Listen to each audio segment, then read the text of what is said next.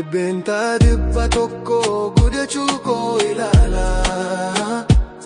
Hidha gadi fakkeeffatee sirna kootii guutummaa. Sanyii shikkooyiraa yeroon hiribaa hin jiru. Turii keessa qabsaa garuu kotii ba'aa jira. Yeroo dhiyootti dhiiraan dhaabataa gaaddiddu shakkiin qabu. Jalqaba irraa jalqabee midhaan shikkoo qofaa. Dukkana keessatti awwaalame dhukkubii sana hunda itti dagame. Garuu biyyee keessa dhiibaa sansalata sana qabsee.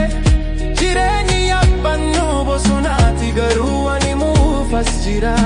Ruumni ruubuu sana dhaga'ii sagalee ka'umsa kuuti. Ifni aduu gadi balaqqeessa'ee samii bira ga'ee. Obon buleetti keessa sodaa hin qabu hin fakkeesse. Hundi kormaata tokko ni kufa garuu ani ajaa'ibsiisuuf taladee. Gaaf tokko ani okta'a hamma danda'ametti timaa. Damiin balaa fi bilisa eegaa ilaalaa qofa.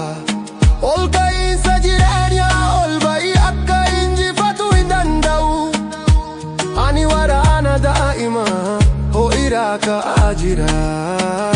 Kanaaf yeroon argitan lola koo qofa beeki. Sanyii shikkoo irraa gara mukaatti sun mirga kooti. Ijoollee da'aa hunda kooti qabsaa. Gaafa yaadachuu jallannaas ta'a kunoo sabni goonaa jira. Fageenyaan dammaqii dheeraa fi bifa walaabaa.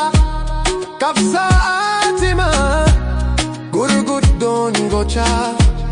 Har'a gaaga'amna bu'aa ciminaa ka'a. Guddifachuu onnee bakkuma jirtu abdachuu. Yeroo dhiyootan saati dukkana keessa guutu. Hojii cimaa madda ifaa yaada hundaaf deebii. Sabni kooni ani yaadada anis jiranni waliin jaalada. Turii keessa alaabaan bahu anaaf waaqa hiika. Dibbeentaa dhibba tokko guddachuu koo ilaala. Yeroo xinnaa olii kanaaf qabsaa ta'u. Sanyii shikkoo irraa sochiin koo laalchisa. Jireenyi kaayaa hiika hardaaf mirga koo. Jireenya dukkanaa fi hunda anaa dagamuu hin qabu.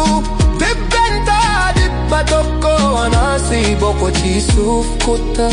Yeroo hunda qabsaa ulfinaa hojii kiyyuu. Ollaa hunda biratti anis ta'uu gaasii.